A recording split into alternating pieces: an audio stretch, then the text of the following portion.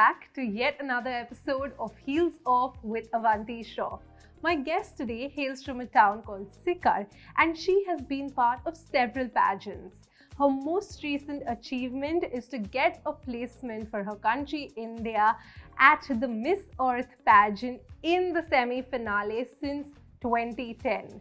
Please help me welcome the absolutely beautiful and elegant Priyan Sen.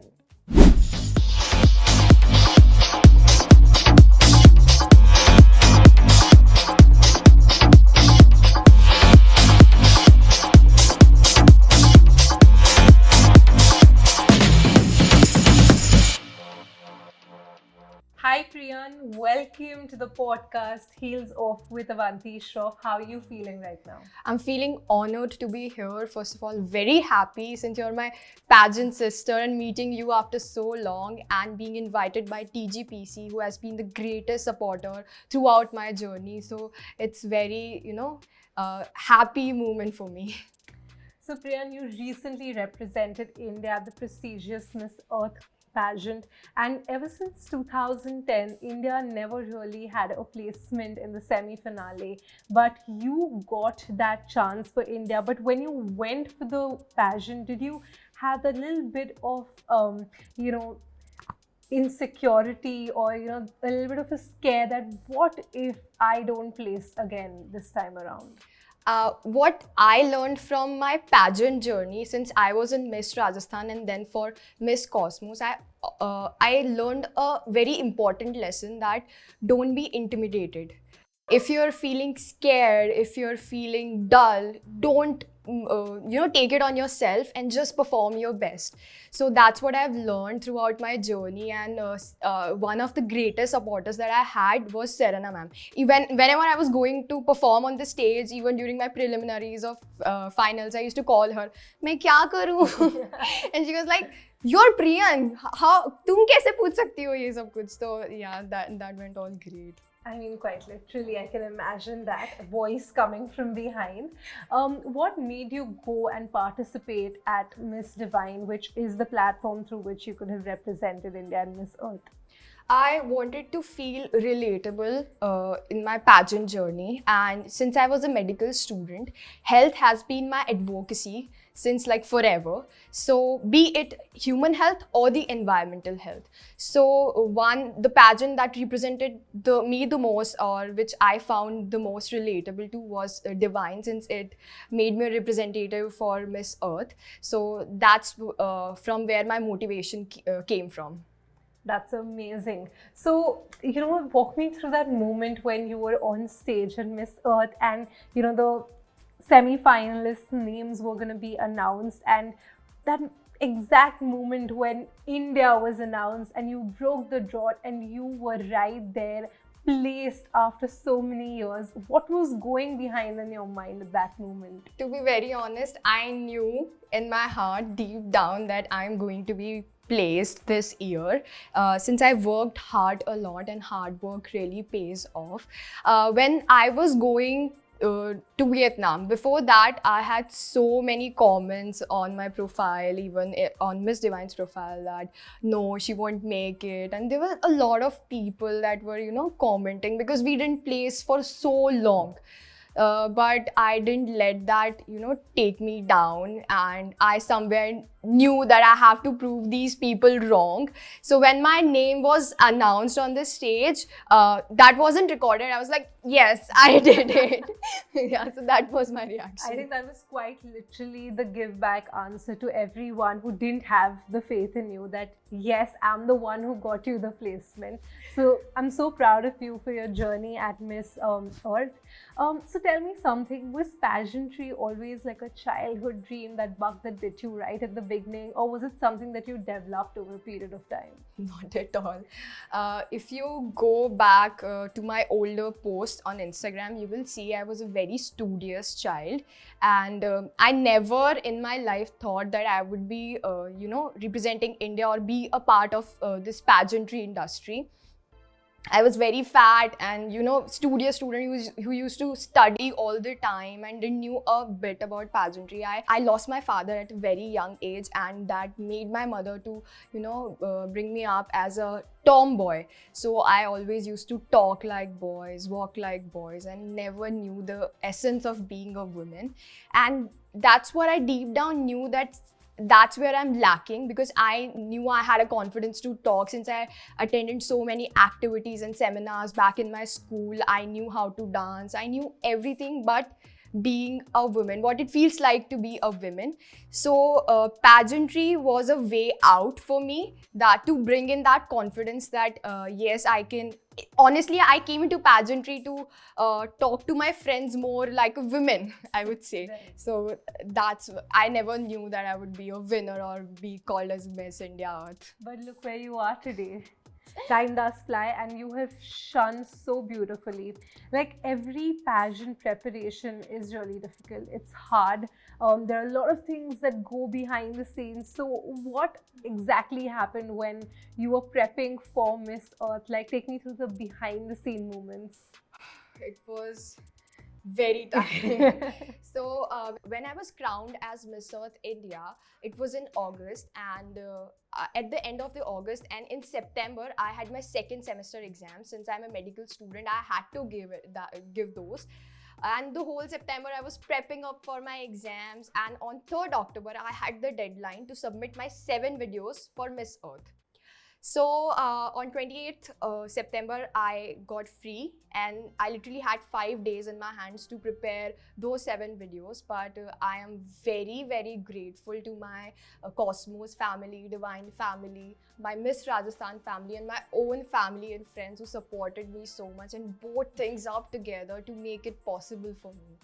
That's wonderful. Like, you had an army of people rock solid behind you. Do you think at the organization when you were at Miss Earth, was there any sort of favoritism, or, when the winner was announced, Miss Albania, like, you thought that yes, she's the deserving one? What was going on in your head? I don't think there was anything like that, being favorites or favoring someone.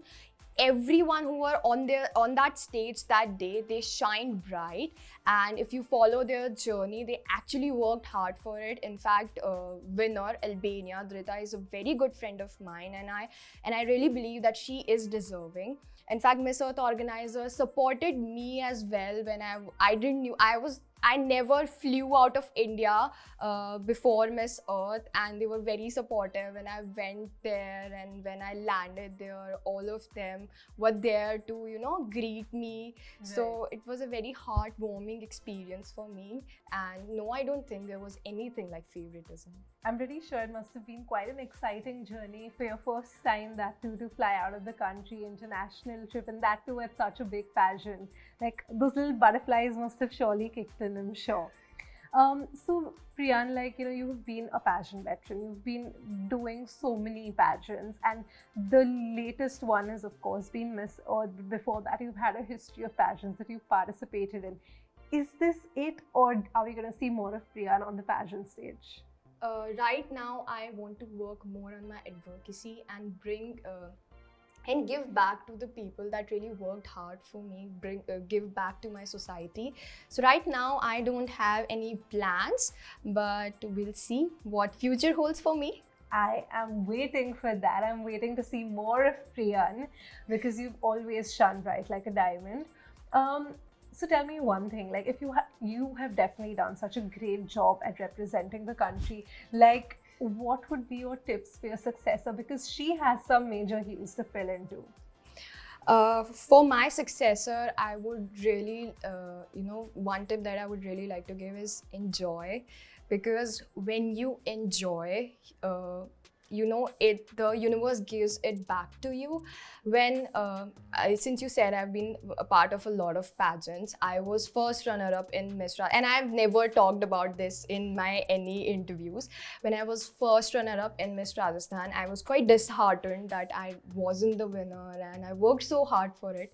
So I signed up for Miss Cosmos Queen. In fact, the organizers picked me up from Miss Rajasthan.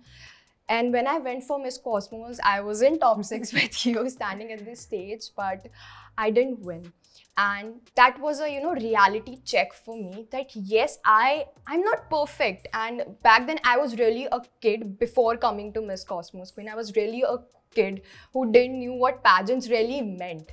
So after that, I really got to know what pageants really mean and what it is all about. And it's all about yourself, enjoying the process and being more what you are, not what you show to people. So that's what I would like to suggest to my successor. Be you and everything will Right. turn in your favor. I mean, I understand it's pretty tough to face rejections, and there are so many people who face rejections back to back, and many crumble to it.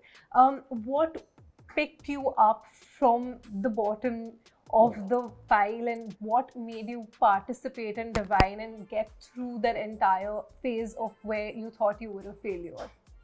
When I came back from Cosmos, it was I think in October end, and then 1 year round I was crowned as Miss Earth India in August. So for the one whole year I was trying to know what lacked.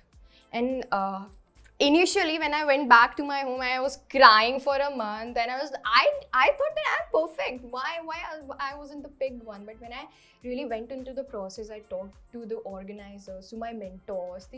I really got to know what I lacked. So I would say my mantra is always the time to be happy is now, and the place to be happy is here. And the way to be happy is to make someone happy and have a little heaven right here. And that was my finale answer in Miss Divine 2. So that's my mantra. Be happy in whatever you do, and it will lead you to the success. Like, I just got a little singing glimpse of yours, and I'm sure you're a very good singer too. So what future plans, Priyan, for you? Like, what do you plan to do in your near future, apart from like you spreading your advocacy around? Since I'm a medical student, I really want to complete my degree, because I come from a educational and background where all of my family and relatives, my cousins are into doctors, engineers, teachers. So I have to complete my degree. Also, I would try harder to get into Bollywood too. If destiny holds something great for me, then I would try my luck in Bollywood too, and let's see what happens. So in the future, we also have a Dr. Priyan, and we have a top Bollywood actress too. So that's quite a deal. This brings us to the end of our very first segment, but you all stay tuned as we come back with a lot of more fun.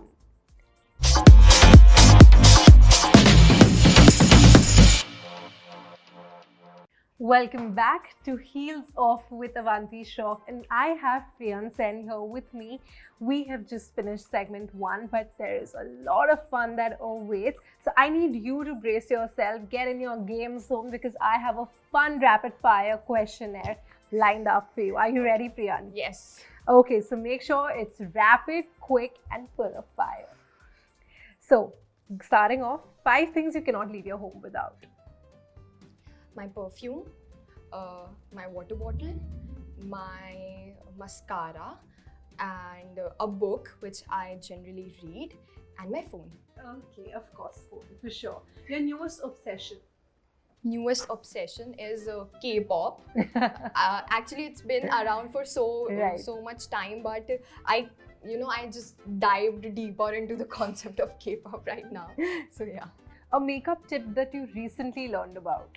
So if you double coat your mascara, your natural lashes are going to look like the extensions. So yeah. Oh yeah, that's something that even I've picked on very recently. Your favorite Miss India of all times? My favorite Miss India of all times is Manushi Chillar, since she's a medical student herself, and somewhere in my journey she really inspired me to come out of my comfort zone from my medical field into pageantry. Your favorite international pageant? My favorite international pageant, obviously, it's Miss Earth, because it relates a lot to my journey, my advocacy as being a health practitioner. Who's your current celebrity crush? It would be... Come on, Priyan, give it to us. I haven't thought about it, honestly. It would be Kartik Aaryan. Okay, Kartik Aaryan it is. One thing you cannot stop talking about? one thing I cannot stop talking about is my pageant journey, obviously, because everyone keeps talking about it and asking me questions. How did you make it? Since I come from a very, non-pageant background, Right. very small town in Rajasthan where girls are not even allowed to come out of their homes, and me wearing a bikini on an international platform. So yes, girls do ask me a lot of questions, and I do like to inspire others. And last but not the least, which is the craziest thing you've ever done? Obviously, coming into pageantry, I would, if you closely look at my legs, I have a lot of marks on my legs because I fell so many times while practicing in heels, because I couldn't practice in my home because I was scared that when I had certain relatives in my house, that what if they judge me. So I used to practice at the terrace, and I used to fall and crack my knees. So yeah, that is the most craziest moment that I remember. Okay, thank you so much, Priyan. It was a delight talking to you and having you on this podcast. Thank you so much for being here. Any final words that you have to say? Thank you so much for having me here. It is, and very it is, I'm very honored to be here, speaking frankly, because when I was stepping into pageantry, I used to see TGPC page, all these pageant queens being uploaded there and praised there. I never thought that I would be one of them. So being a part of TGPC family is really honorable, and sitting in front of you, obviously you're such a inspiring queen, and a lot of girls are inspired from you. So yeah, thank you so much for having me here. Thank you, Priyan. That was Priyan Sen, the queen herself, and it's a wrap with her today. But we have more guests awaited who are here to share their insights on pageantry and the world beyond. So stay tuned and keep watching.